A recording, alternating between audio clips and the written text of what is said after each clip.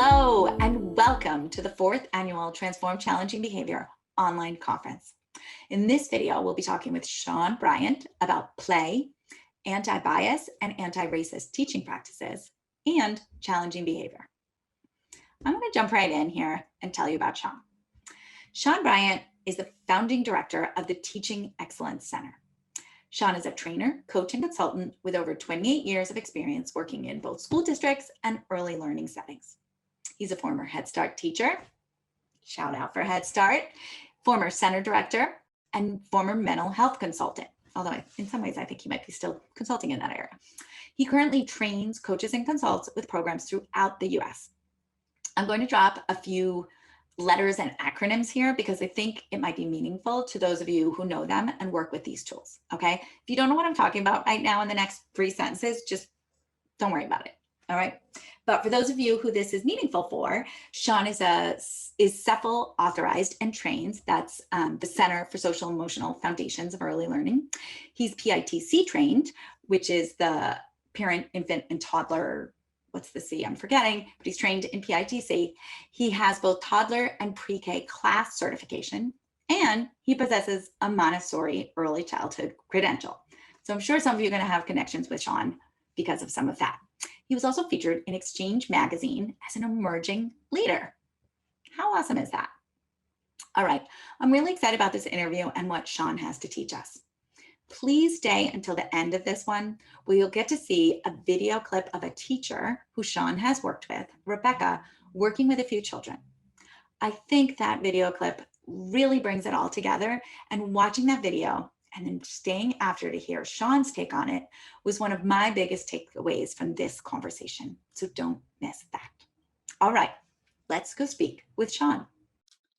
Hi, Sean. I'm so happy to have you here with us today. Welcome to the conference.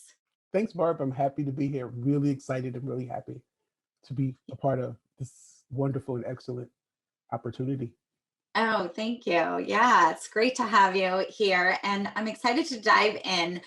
I wanted to start with talking about anti-bias education. That's one of the things we're going to dive into today. I will share with folks that my introduction to the idea of anti-bias education was in the mid-90s. As a new preschool teacher, I joined our national professional organization, the National Association for the Education of Young Children, or some people call it NAEYC. And I got my hands on an earlier edition of the book Anti-Bias Education by Louise Derman Sparks and Julie Olson Edwards. And it just was so powerful to me, the ideas in it and the ideas about how to counteract bias that we see in our society, recognize it in ourselves, and talk with young children. You know, it really transformed how I viewed my classroom and my interactions with children. So I was curious, Sean, just to get to know you a little bit, what was your introduction to anti-bias education? Well, I think for me, like most folk who were members of NAEYC in early childhood who wanted to learn more, were on a learning journey, that book was foundational for me also. And there was another book called Confronting, Not Discomfort, Changing the Way for Anti-Bias in Early Childhood by Dr. Tamar Jacobson, which really the first text that I read in completion from beginning to end. In that text, Barb, actually shifted so much for me around bias in early childhood. How does it show up in, myself as an adult? And at the time, I was supervisor of an early learning program in San Francisco. And her text really helped me to understand, it shifted how I understood myself, my perspective, and how I understood others through what I can come to understand others through what I've called language of communication and collaboration. That when we come together and we define words so that we move forward with a shared sense of we know what we're talking about because we defined it together. It pivoted for me how we share experiences that we value that someone else may not value, but still respecting that person and what they state. And then the book finally, it really helped me understand the process of becoming a supervisor and sharing one's perspective in situations and lived experiences as a mirror into who we are. Because at the end of the text, she talks about reflective supervision. So it was really my first stance, and later becoming a mental health consultant and really getting into what reflective supervision was. But it was my first experience with real reflective supervision in the text that looks at how we can explore what's happening inside of us in that moment to moment experience that we're having with children. And it's usually an emotional moment to moment experience that's that's deep. And for young children, that moment to moment experience can collapse on them. And when it collapses, we call it challenging. And then we end up saying, this child's behavior is challenging, and we remove ourselves from it because we forget that some of how we showed up that way was, born in bias. So for Mm. me, when we think of anti-bias and we think of challenging behavior, there is a distinct connection around, I think, how we're still defining challenging behavior, how we understand the continuum of behavior in young children, how we adult on children. All of those things for me kind of set up the situation. Mm-hmm. Can you say a little more, and I'm going off script here just to warn you, but you mentioned how we can be biased in looking at children's behavior, which is something we dive into, especially looking at the racial bias piece in some of the other sessions. But can you just say a little bit more about you're referring to there, how you think about that? I think the bias oftentimes comes from lived experience. It comes from how we were reared, how we were parented, and how we were taught, and what we were told was unfortunately good or bad using that Mm, binary right. instead of understanding, behavior on a continuum. So I can show up as a teacher who feels like, oh, I love this work. I'm great at this. I've educated myself. I have a credential. And then I experience a behavior that, I was told was always less desirable, or one that I really don't understand the nature of where it comes from, or that child's family and what that family values. That child may come from a family that says, speak up for yourself. If you're not being listened to, raise your voice. And if my grandpa told me that, um, so I may have a grandpa who's actually, this was my maternal grandfather was a police officer. Mhm. And growing up, I always thought he was kind of mean.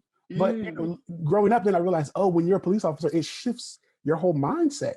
So he always had this presence of, I will be listened to, and you will, and just having a person like that give you feedback. Imagine being 3 or 4 and bringing that to the preschool classroom, that I should speak up for myself. And then the teacher's saying, oh, in one hand, mm, speak up for yourself, but when you speak up, it's not okay. That's bias. That means the adults need to re-examine how we're articulating, how we're sharing language, and being clear about what we mean. And so often what we think is we're clear, but the clear is this is acceptable, this isn't, when so much of anti-bias says both and, not either or. Many things are happening simultaneously mm, because we haven't developed the language to say, Sean, I know your grandpa Melvin said that it was okay to raise your voice. At school, how do we handle that, Barb?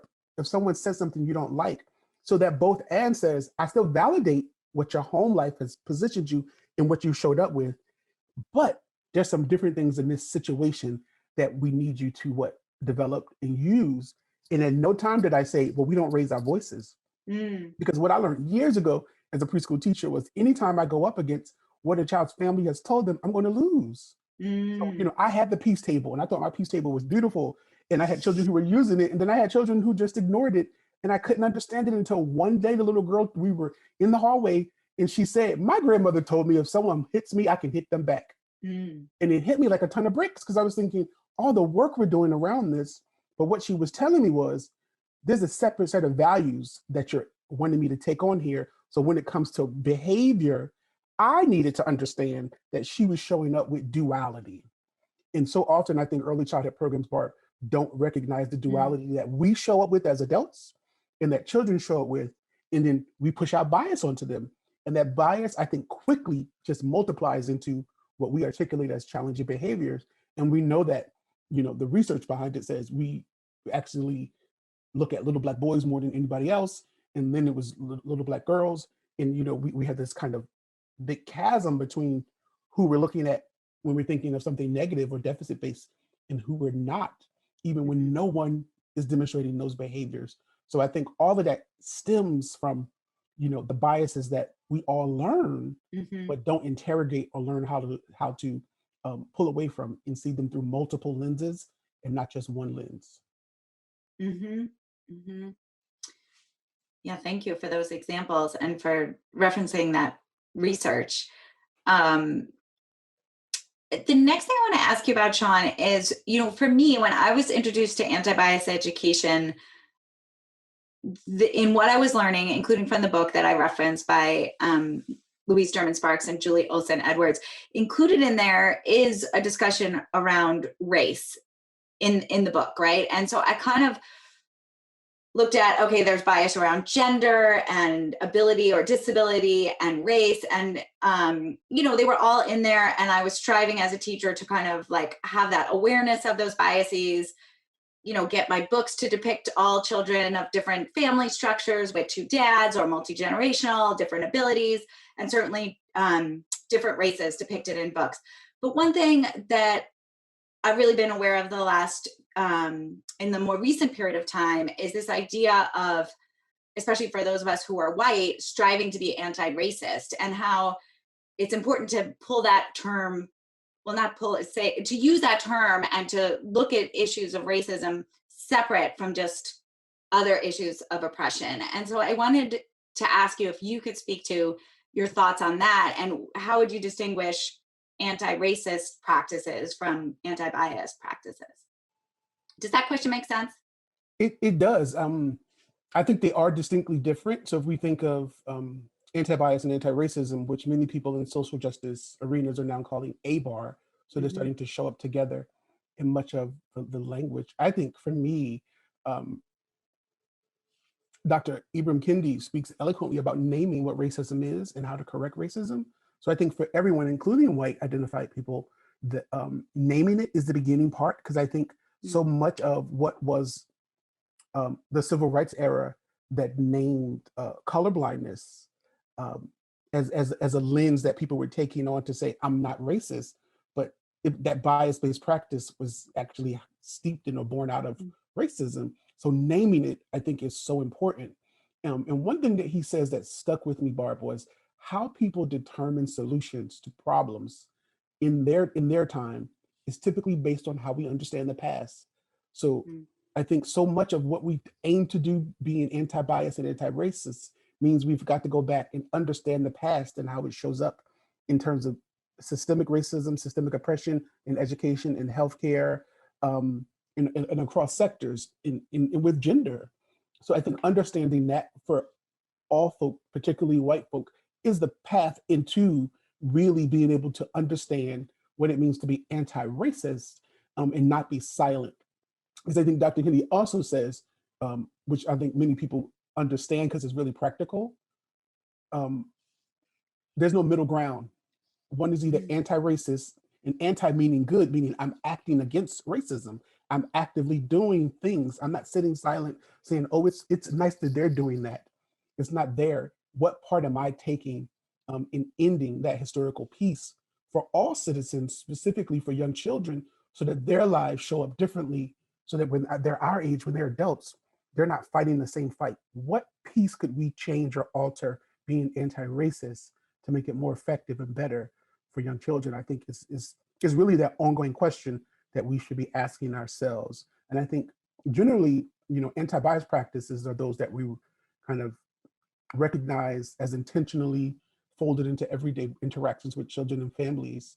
And anti-racism really considers, like I said, understanding the past and how it remains in the present, while simultaneously understanding the systems that support racism, oppression, in hate. And I think lastly, perspective taking for me is big there, because perspective taking doesn't say, oh, I'm me and you're an other. Perspective taking really says, I'm me, you're you, and we become we. And I think fundamentally for me, that's the different piece of teaming, that I'm seeing it through another person's lens or eyes or experience. And I think that bridges that anti-bias, anti-racism continuum. And I believe that teaming bridges, how we see challenging behavior among the the A-bar continuum. So I think going back to challenging behavior, it shows up there because so much of understanding behavior is taking on the child or the family's perspective. And so often I think if we I just saw a video the other day where the principal was telling the little boy, telling his family, we're going to take a zero tolerance policy with him. And I thought, oh, such an awful thing. Because we know that zero tolerance is really that piece that says it's steeped in what bias, discrimination, prejudice, and racism that we're not giving you an opportunity as a 5-year-old to mature and to grow or to learn some new skills.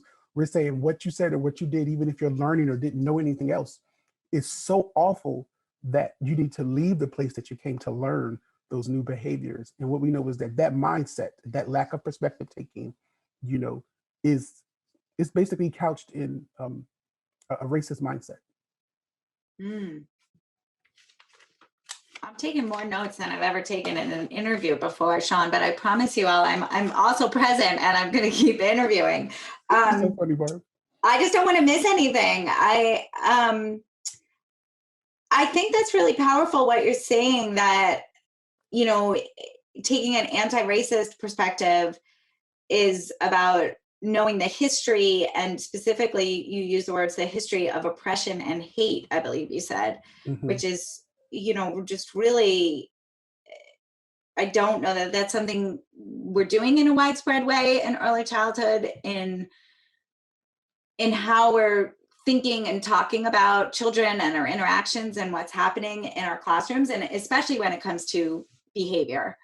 And then when you added, like, it's really taking the child's perspective, I thought that was really powerful. No, it's because it shows up in so many soft ways, Barb. So Mhm. literally, the week before Christmas, a program, a quote unquote Barb progressive program in the the San Francisco Bay Area, um, the week before they broke for holiday, they had a what you call it? The kids wore pajamas to school. They did that kind of thing. And Mhm. then in the kind of blast from the director that went out to the families was and Crazy Hair Day. And it caused a rift because the director happens to be a white identified person. The assistant director happens to be a black identified person. And there are multiple mixed families within this program. And two of the families responded by saying, "Hey, this Crazy Hair Day, what is my child supposed to do when someone comes to school tomorrow with puffs in their hair and says this is crazy? But then when my child says, I want you to put two puffs in my hair because my hair is curly and I like the way it looks, and my child's skin is brown, the message that you just sent was my child's hair is crazy." So there was no examination of that. Mm. In the kind of like what I was told was the blast went out by the director. And when the assistant director saw it, was like, "Why didn't you check with me before you sent this? This is problematic." And the director kind of said, "Oh, everything's not about race." And they kind of had this back and forth conversation. Mm. And literally 20 minutes later, they had two emails from two families saying, "Don't you see how this is problematic?" And I got called in because it was like, how do we salvage this? So I kind of was the person who was like listening to all perspectives, saying, I think it's a great thing that families showed up and said, "Here's an email illustrating why this is problematic." Ask them if you can share parts of that email with the other community, the other families, so that they understand, so that we're educating them when we come back in the new year, because we're leaving. Here's some new things we're going to do. Are you going to add this to your policies around how we show up in terms of long held practices that we've used, or Mm. activities, I would say, that we should do away with because we haven't examined them around how they're steeped in bias and racism. So Mhm. I think those are the ways that it shows up every day in our lives, Barb, that so often we don't examine. We say, "Oh, this family just complains about everything," or they're just upset because their child does have puffy hair or curly hair. And I think, what nonsense. No, respond to that now, because that's the shift that all the children need to experience and that all the other families need to experience. Because if a family doesn't see that as problematic because it's not happening to them, that's how we continue and move in this space where we're not catching and stopping and rooting out the bias and the racism. Mm. Mhm.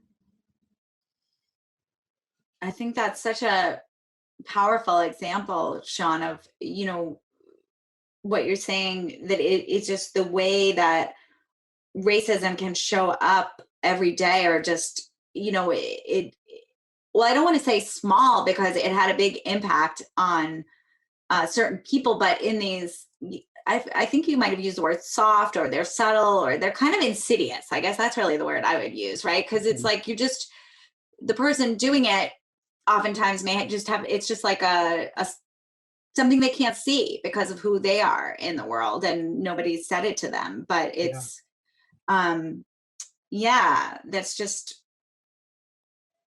I feel like I want to ask you something about that, but I don't know what it Okay. is. I mean, Okay. and then also, like, I feel like some of us have been increasingly learning, like, we shouldn't be using the word crazy, because that's causing other problems in terms of being disrespectful to people with issues of mental illness. So that one is just like a real doozy there all around. Exactly.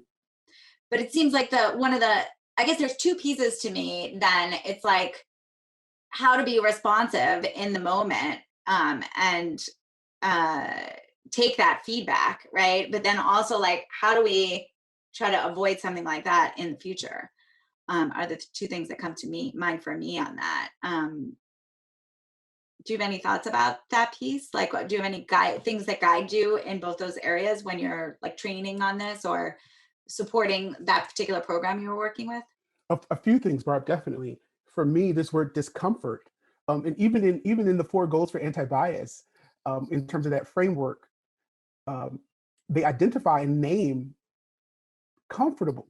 being comfortable, but they Mm, don't name discomfort. So when I talk about or train or provide resources on anti-bias, I actually add that and say this isn't what they put here. I put this word here because I think simultaneously, as we're helping children to become comfortable, we should be helping ourselves and children experience discomfort. Because I mm, think when adults try to prevent children from experiencing any type of discomfort, I think that shows up later in life as this hard problem in terms of them being successful adults who mm, don't want to experience anything that doesn't say, I'm in charge, I'm on top, I'm a success. So this whole notion of I can't experience discomfort, I think is a problem that grows and grows and grows, and it kind of touches everything. So I think for me, one of the things that I always try to encourage adults to do is when they experience the discomfort in their throat, in their stomach, in their mm, head, and they're hearing this thing and they're thinking, oh, this feels uncomfortable, that's actually a positive, not a negative. mm, So when you experience the discomfort, to me, that means you're human. That means you're on the right path, you're on the right track, and that this is not settling with you because something in you mm, says, uh-oh, this requires further examination. So instead of saying, can we not talk about things that are uncomfortable? Sit with it, take your breath, say, you know what, I'm going to go outside for 5 minutes and come back. Can we take a 10-minute break? And then come back and continue to move forward. Don't pull away from it, which is why mm, that confronting the discomfort is so important. I believe psychologically in the human centeredness, we need to confront it to get through it and pass it. If we keep saying, let's stop this conversation, this isn't what we're here to do, I think that perpetuates what we're dealing with on the other end. So for me, that's always the starting point, mm, recognizing the discomfort.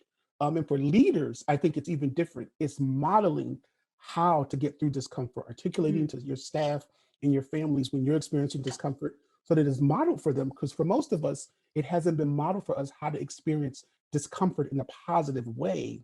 Um, I'm thinking of teaching now, it's a little bit off track, but one of the mhm, things that she did with children during her circle time before they were going into free play, um, they all wanted to go into the same areas. She had 24 kids in the class. They all can't go into one space. So as she created this board for them to kind of say, and everybody had the ability to go first. But one of the things that she did was she took 30 seconds every day and she said, think of your first choice, and they all think of it. And she says, take a deep breath. And then she says, think of your second choice. And she says, okay, if you don't get your first choice, and then they all say it together, that's okay. I can have a second choice. So she was actually teaching them every mm, day to deal with what? Disappointment. mm, That's mhm, how we build the capacity. So as the coach, when I was coming in and I would see the like 5 kids crying or the 2 kids getting into an argument throughout the year, we're watching the video. That to me was fascinating because I could see how it started to go away. And it started to go away because what was her value was I've got to help them understand what she labeled as disappointment, which was really the discomfort in I'm not getting what I want. But there are mhm, 23 other beings in here who want the same thing. I can get it at another time. And over time, that began to shift. So what could have been a year-long challenging behavior, the teacher thought, I've got to give them something in this moment because mm, everybody's going to have the ability to go first, which means you pick the area you want to go to before anybody else. And you won't always get that area. So think of a second choice before you get mhm, up and put your tag where you're going to go. But it was really, I think she modeled wonderfully what we all should be doing as adults and with children having practice in experiencing discomfort and disappointment. Mm-hmm. Mm-hmm. Wow, that's a great practical it's a story and tip for people to be using in their classroom. I really like that. And I guess to me, like the counterpoint for me as an adult, and specifically talking about working to be anti-racist, is, you know, I can have some ideas about things I'm doing as I strive to be anti-racist, but as a white person, I undoubtedly am going to stick my foot in it sometimes. And then if someone brings me feedback, it's like my second choice. Like that was not my first choice, but Right, I'm right, gonna right, I'm gonna work to accept that, you know. And not throw a fit that I was supposed to be in the black corner anyway. Like that wasn't my intention. Like, right, right, right, yeah. right. No, I think you're on you're on point there, Barb. With the environment for the adults has to be set up that says we're going to make mistakes. Hmm. But for me, it's not using the word mistake. This process involves not knowing. And I think here in the United States, we value, in terms of teacher education, knowing the answer so much Hmm. that one of the things that I try to do when I'm with adults, specifically parents or families and those who are on the ground in the work, is becoming okay with ambiguity in our work. That I'm going through a process, and that process actually has no end. So this process of being anti-bias and anti-racist is something that's ongoing and continuous for all of us, not just white folk, but for all of us. And the example that I use is racism in the United States is like we're all in this huge swimming pool. This Mm. swimming pool is actually an ocean. It's just that large. And that there's 2 feet of water and there's 20 feet of water. We're all at different ends and we're all doing different things, but we're all being affected by it. And this is the part that we miss. There are some people in the shallow end who don't know how to swim. So 2 feet of water feels like they're in 20 feet. They feel like they're drowning and the water is just at their waist. There Mm. are some people at the other end who are on a beach chair taking in sun. They're there, but they're so removed from having to be wet that it doesn't seem real to them. There are other people in the water who are on those flotation devices, sipping on, pina coladas. There are other people who know how to swim and they're swimming and they're holding a child or another adult who can't swim so fast. There are people who are standing on the end yelling at them saying, swim harder, swim harder. I used to be one of those people on the end, you know, yelling at folk thinking that that was going to help them. Mm. Then there are people who say, we need more life rafts. Bring us some more life rafts. Let some of the water out. We all have various roles inside that swimming pool of racism. And most of us don't acknowledge the role because of the position we're in. And I think those of us who are on the flotation devices or sitting on the side taking in sun, we're ignoring those people who are at the shallow end saying, this is way too much for me in terms of how racism shows up and how it's enacted on people. Um, and I think that's what we're really needing to interrogate and uproot. It is that, and I think that part involves everyone acknowledging where we situate ourselves or how we've been situated, that we showed up that way because of our grandparents or our great grandparents, Mm. and what does that mean for the next generation after us. Mm. Hmm. Well, and I'm kind of torn. We have a little video clip that we want to make sure to watch. So I'm mindful of that. I'm wanting to ask you all these questions about what you Mhm. just said, but I also want to save time for that. So, okay, we'll get to that. But I Okay. guess given what you just said, do you have some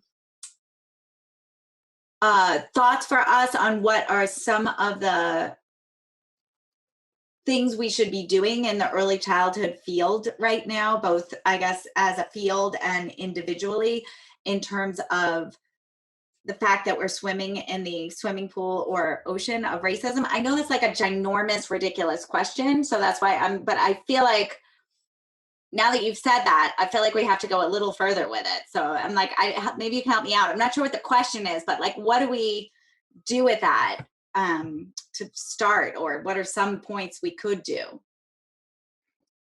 I think an entry point is to simply look at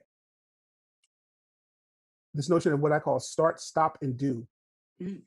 So if you think of anti-bias or anti-racism, what's just one thing? Like Rick Hansen and Marin. Most people know Dr. Rick Hansen. Probably the best professional development I ever gifted myself for Christmas 3 Christmases ago, where I paid for it's a year-long well-being course that's self-directed. It's $400, but it shifted so much for me, Barb, because And he's the brain guy, right? Like the he's one of the neural brain. pathways we're making. He's one of those. One Yes, of yes. them. One of them. But just shifted everything for me. But one of the many things I took out of that was this notion of jot. He says just one thing. I think too often when we start thinking of what's going to be my anti-bias or anti-racist journey, we list 17 things on it, and they're broad and they seem so far away, and then they immediately seem overwhelming. And the positive psychology tells us that we need small wins. So those small wins are, I think, is what I try to help people understand. You have this big goal that's actually a lifelong or career goal. What's going to be the thing that you can do this month or this week? And I think that's when we need to interrogate our program policies, our practices, right? And our performances. And in doing that, one of the simple things that can be turned into an action plan is, what am I going to start? What am I going to stop? And what am I going to do? So if we're thinking of anti-bias, if we're thinking of identity, diversity, justice, and activism, what am I going to stop doing with children? What am I going to start doing with children? That could be something as simple as, I'm going to stop interrupting them when they're talking about things that I don't know about. I'm going to start telling them, you know what, Mr. Sean doesn't know about that. So I'm going to listen to you and learn. Then afterwards, I'm probably going to go talk to Barb, because I think Barb knows a lot about that. Being upfront about what I do, and that's something simple, but that practice could actually shift what the children are experiencing and what I experience if they're talking about things like, maybe I'm in the center where there was some police activity and the children know about it, or maybe I'm in a site where there was a homeless person under the tree outside the school and children walked by them and no one said anything. Whatever it is, or maybe, one kid said another thing about another kid's hair or skin, or that you had, your daddy looks so old. Whatever it is that actually happens to children. I know my youngest brother, who is just 25, who's adopted, he would get that all the time, that his parents looked older than the other parents. And without ever using the word, it's because they're adopted. They're not my grandparents. I was adopted by them. And later that language came, but when he was young, he confronted that often, because our mom and dad looked older because they had children who were already adults. So all of those pieces are bias, Barb, that I think when we name them, we arm children with being able to enter it differently, and we arm ourselves in being able to enter it differently. What am I going to stop, and then what am I going to do? I think that's a practical entry point for everybody around looking at anti-bias, the anti-bias framework in early childhood, or an anti-racist goal that they have. They may have an anti-racist goal that says, you know what, this agency has been here for 100 years. We've been servicing largely Southeast Asian and Latinx communities, but for 100 years, everybody that's led this agency and executive management and leadership have all been white. Why is that? Why are we okay with that? Why are we okay with telling people how they should live and why in the way they should live? And we see it as strength-based, but what we know is when we juxtapose asset-based and deficit-based, under deficit-based, the first thing is strength-based, where under asset-based, the first thing is need-based. And most nonprofits still function in terms of supporting children and families in terms of strength-based and not need-based. And understanding what that means, like what we've learned around the language we use, and if we're talking about strength-based, that's again born out of deficit ideology. So I think all of those are simple things, Barb, that people can do to start the work. And I think giving themselves small wins of doing just one thing and having small goals in addition to the large goal, which actually is a part of cognitive behavioral psychology therapy, it keeps them on the path, that it doesn't feel like, oh, this is never going to work. And I think having a support group, it could just be using a mental health consultant. It could just be using groups of teachers or groups of directors to kind of say, hey, this is what we've been doing, because we all need someone to say, oh, that was great, Barb. You actually helped your staff do that. Tell us some more about that. We all need that back and forth of hearing our challenges and hearing our successes, because I think it's easier for all of us to still get caught up in what's not working and what are the challenges. And that may be one thing.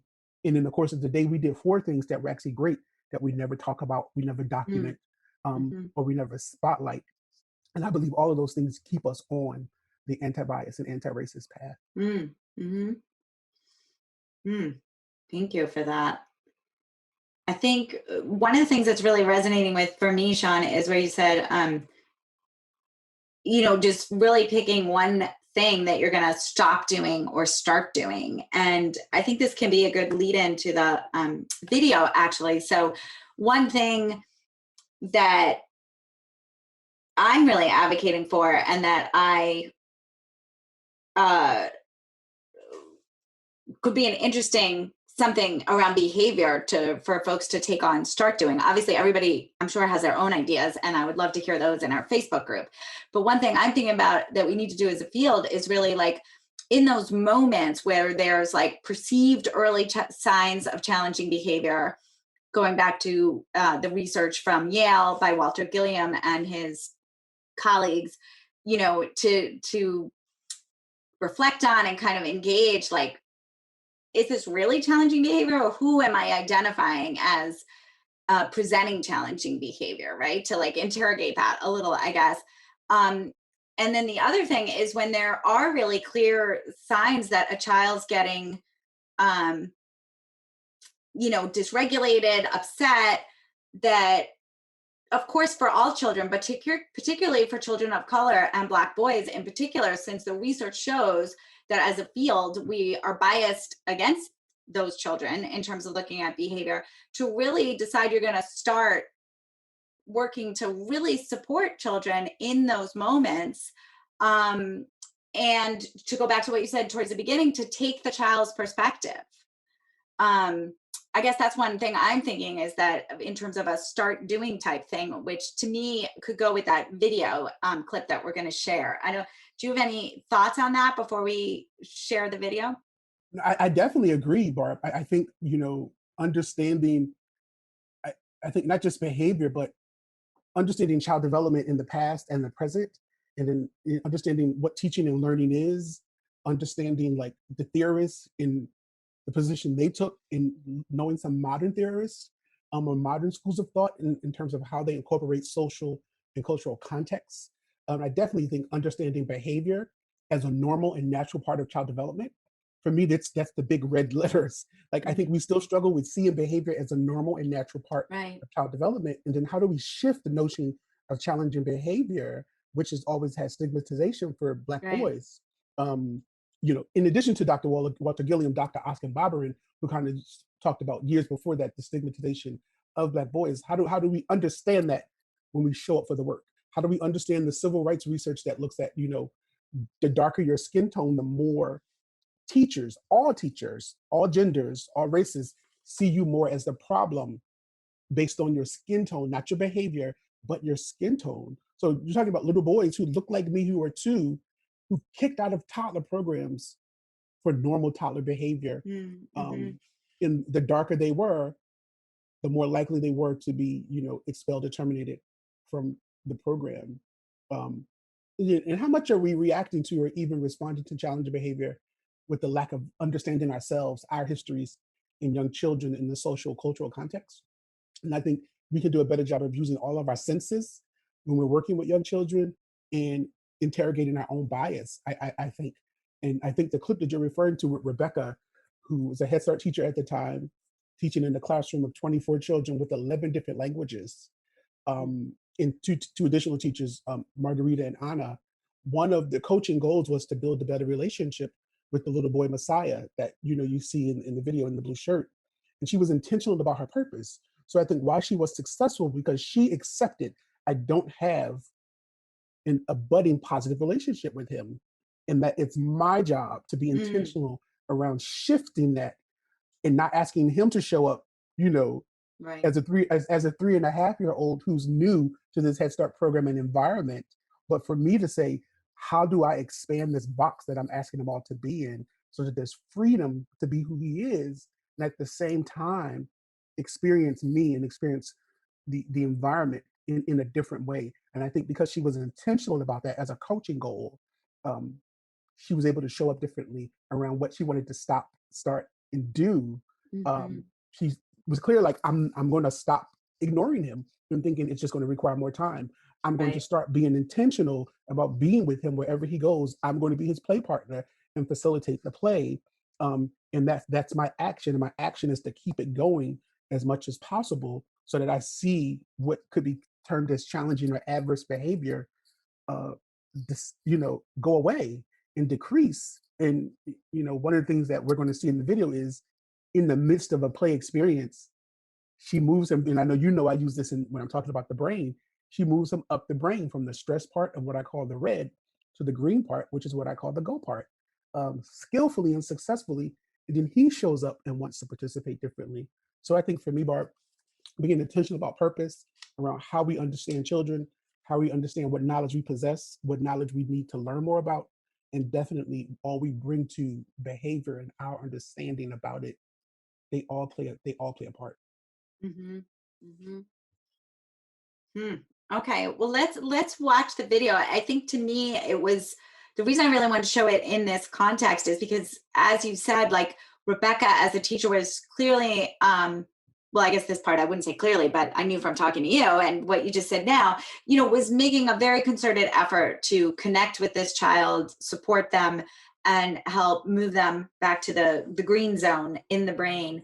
And to me, like, making the choice to go into that, like, supportive role when you're in a moment where things, depending on what you do as the adult, things could escalate and the child could become more upset and dysregulated.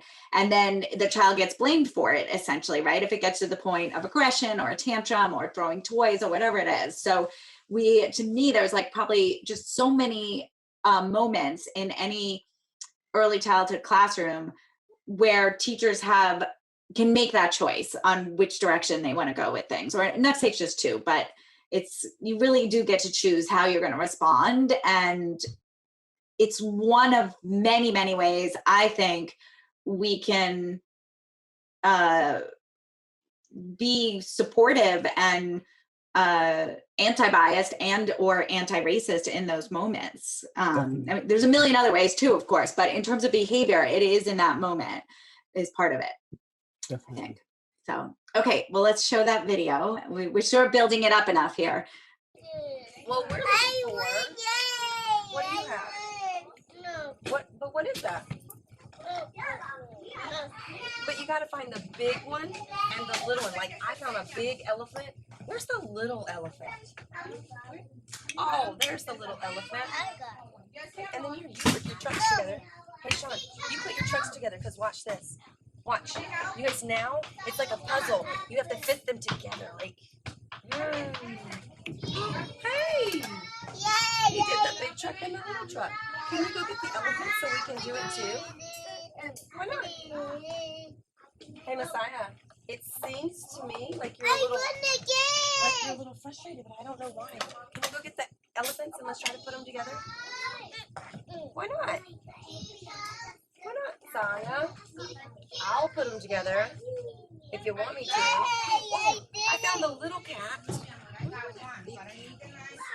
That's a hat. That's not a cat. Oh, is that the cat? Okay, now I'm going to try to put them together. Thanks, Sean. I put that together too. Oh, big little. That's not little, that's too big. That one is really big, isn't it? It's not too big. It's not. That's little. Yeah, that's the little one. Big. That's No, right. that's little. But you're kind of hurting my ears when you scream, and I don't understand why you're mad. Can you tell me? Remember, just say, yeah. It kind of hurts our ears when we scream. I want to see you do a puzzle, please. But I can't find that big crayon. Maybe it's under here. Oh, no, that's not it. I need the other crayon. I found it. Oh, you found it. Can you put them together? Yeah. Okay. Awesome. You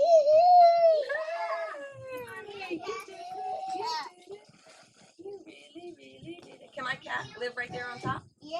All right. Now let's see what else. Froggy. Froggy. Oh, I found the little frog. Big. Yeah, where's the big frog? Oh. You got it. Now I think the only thing that we're missing are those crazy elephants. Where did they walk off to?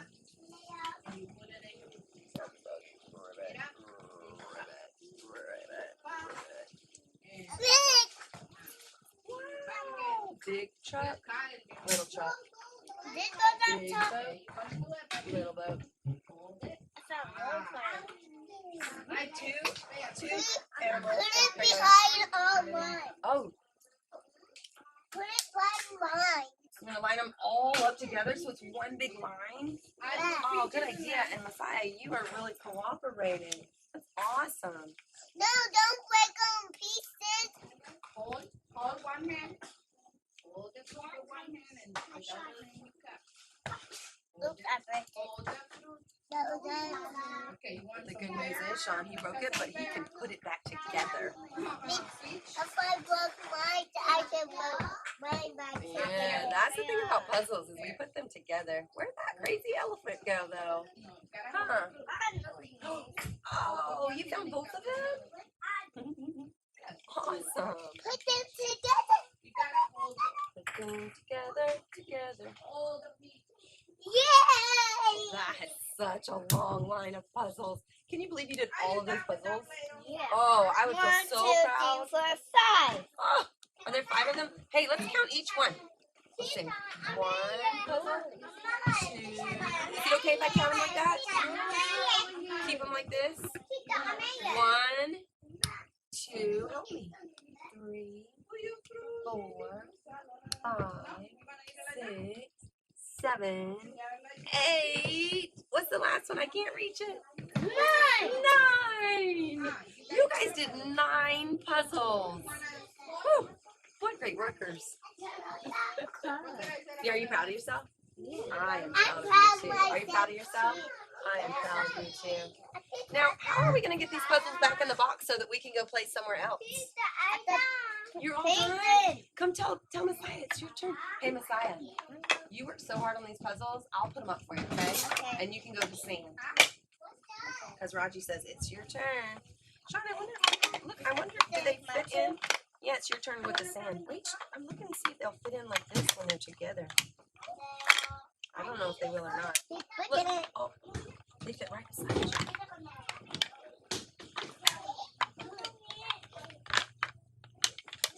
You guys are so good at cleaning up.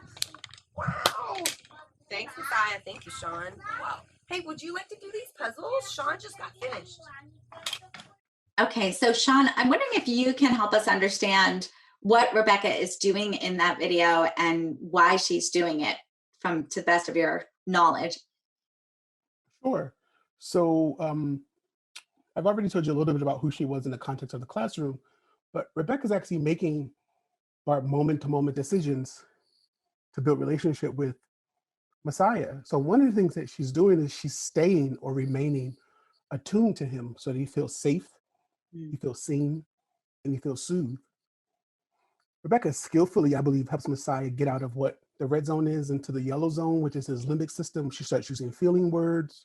She asks him, does he looks frustrated. She doesn't tell him he is frustrated. She's using the language of that vocabulary of feelings and emotions. And he ends up in the green zone where thinking and learning live.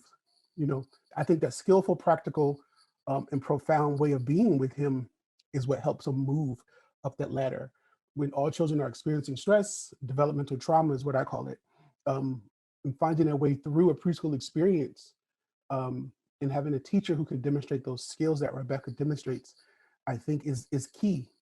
It is really, really key. Rebecca does not deem his behavior as bad or wrong or make him feel guilty. And I think one of the things when I showed this video, when he throws the 2 puzzle pieces in the very beginning, she doesn't say, oh, you're throwing puzzle pieces, go to another area, bring those puzzle pieces back. She vacillates back in between, when we talked about it later, should I have made them go get it? And then I said, well, what happened in the video? Do you think it would have worked? And she said, no. I think that was a great moment-to-moment decision of not even doing that and centering on, I'm going to engage with him in a positive way. And I think she did that by responding through inquiry and short questions. So they weren't long, complicated questions. They were short questions. She used lots of descriptive language in that process of what she's attempting to do with him. And I think she responds to his, what I call moving developmental need. And what I mean by that is I think her behavior is saying, or Messiah's behavior is saying, and Rebecca's answering, Rebecca, do you care about me? And I think Rebecca says yes. Rebecca, do you see me? And Mm. Rebecca says, yes. How do you see me? And I think her behavior says, I see you as an added strength to this classroom, a needed community member. And I think then it gets to Rebecca, can I learn here? And Rebecca says, yes, you can learn here. You just demonstrated academic learning in front of me and your peers. So I think that those are the pieces that are easy to miss, because I think when people see it, people see themselves in Rebecca's position and go right to, here's what I would have done. So oftentimes with this clip, Barb, I have to let people watch it twice. So that the first time we see it through our lens, then we talk about it a little bit, and then we go back and look at it. And it's like, oftentimes the teachers in the room or the people in the room say, oh, I missed that the first time. And that's so often a part of the process, because all of us show up with who we are the first time, which is fine. But the second and the third time, how do we show up with who is Messiah and what is his need? Not let me find his strengths. Who is his Messiah and what is his need? That's asset based.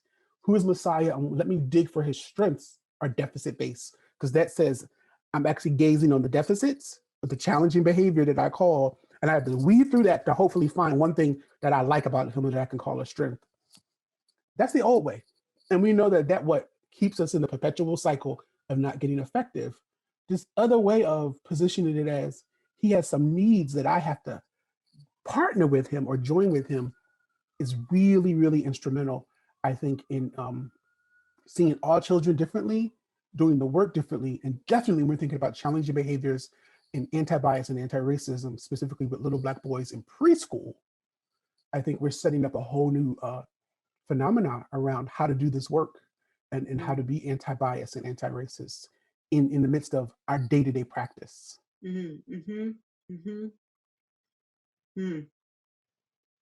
Yeah, it's so powerful, that idea you're talking about in terms of looking for the strengths is actually based in the deficit ideology, because it's kind of like a good bad paradigm, right? Then you're like the strengths versus deficit. It is. It is. Yeah. It is. And I think challenging behaviors, Barb, are often the result of the stress brain being left to figure it out all alone. Right. All alone. And I think what Rebecca does is her engagement activates Messiah's on switch, in for his thinking brain, and it shuts off, I think, his bubbling up of his stress brain. And I think she does it skillfully. So if we think of challenging behavior, here, this could have turned into a horrible situation. And it didn't. And it didn't because of how she showed up and because she was consistent. What you see in that clip is something that she does every single day. I think that consistency helps children feel safe. And I think a natural part, here's the other piece that I learned as a mental health consultant, not when I was teaching preschool, is that structure that we provide, or those boundaries, is the psychological word that they use, that we provide. It's normal for all children to push up against those boundaries that teacher set, that parent set, that family set. And that what we often do is when young children push against those boundaries, we don't like the pushing because it's a challenge. And sometimes our push back actually stresses them out more. Rebecca's pushback is what? I'm available. I see you. You're safe. You're soothed. It's still a pushback within the boundaries, but it's a different pushback around what's expected, that the challenging behavior or the I need to do some more things around getting my needs met is a different way to do it or to see it. And we see the outcome of that, Barb. Well, and you've referenced something twice that I think is worth really highlighting here, which is so much of what nowadays is being conceptualized or called or referred to as challenging behavior or a behavior problem, or just that we're relating to as a difficult, challenging, or unwanted behavior, is really part of typical development for preschoolers. They are going to test limits. They are going to be aggressive. That's how they learn to move through the world, negotiate conflict. That's how they learn to be not aggressive, is by being aggressive, somewhat. Not all children, but we relate to that as like a problem, or it shouldn't be happening. But it's really to be expected. And for certain children, like looking at this example with Messiah, like, whatever he's bringing to the table, he needs to move around a bit. He needs to, do those things he's doing. And maybe he needs to, I mean, I don't know him. I don't want to make, just from what I've seen, it appears that maybe he needs to go through a little process with a new adult in his life in order to feel that he can trust them or be comfortable, And so she's really taking the time to grow that relationship and rapport and trust, it seems to me. Definitely, Barb. And she's growing it through play, which I think Yeah. is a crucial component that Yeah. is so easy to miss. It's in the context of everyday play in the classroom that I don't want us to not highlight in Yeah. terms of Thank you for that. in terms of what I believe is facilitating play is what I call it. It's oftentimes the crucial and missing component in many teacher education programs. Right. And we discuss and talk about play, but I'm no longer convinced, Barb, that we actually truly help adults understand the adult role in ongoing facilitation of play.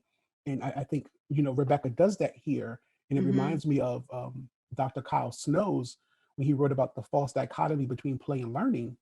In terms of that, those camps that still exist, that if children are playing, they're not learning, and if they're learning, it's academic.